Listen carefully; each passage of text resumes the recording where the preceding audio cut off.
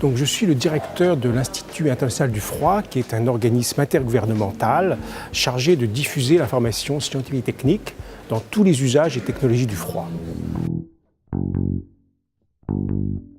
Notre principal défi, c'est d'anticiper les évolutions techniques afin de permettre à tous nos membres, que ce soit des gouvernements, des entreprises, des établissements de formation, de définir leur propre stratégie.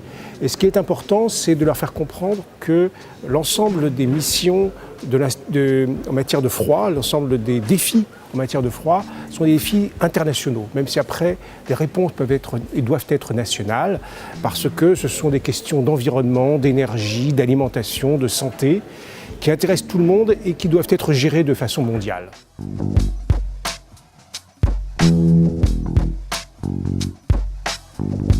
Ce qu'il est important de comprendre, c'est que l'absence d'une bonne maîtrise des températures est la cause de très nombreuses pertes alimentaires, que ce soit dans le domaine des fruits et légumes, du poisson, des produits de la mer, de la viande, des produits laitiers, et que ces pertes sont extrêmement importantes de ce fait dans les pays en développement qui possèdent malheureusement une chaîne de froid beaucoup moins développée que les pays développés.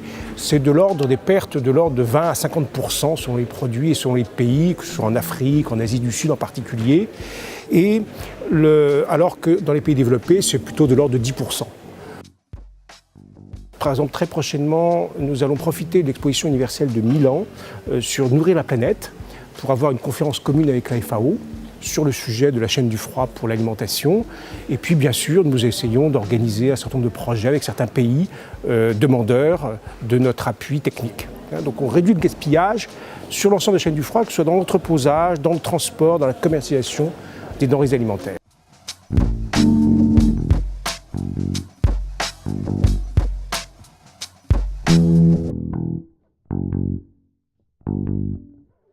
Bien entendu, nous avons beaucoup de partenariats avec différents organismes intergouvernementaux et en particulier différentes agences des Nations Unies. Je citerai surtout la FAO, l'Organisation mondiale de l'agriculture et de l'alimentation, mais également des organisations plus régionales comme par exemple le CIEAM sur les pays méditerranéens. Et avec eux, nous essayons de mener un certain nombre d'actions. Donc des publications, par exemple l'Institut national du froid publie des articles dans les revues, les différents moyens de communication de ces instituts. Elle fournit des experts pour certains projets et on essaie d'avoir des projets en commun. Alors pour citer juste un exemple, nous avons organisé un séminaire au Cameroun qui a donné lieu sur un rapport et à une note d'orientation commune FAO et Institut national du froid. Et cette note d'orientation destinée aux décideurs a pour objet de montrer quels sont les différents facteurs sur lesquels il faut influer pour pouvoir avoir une meilleure préservation des denrées alimentaires dans les pays d'Afrique subsaharienne.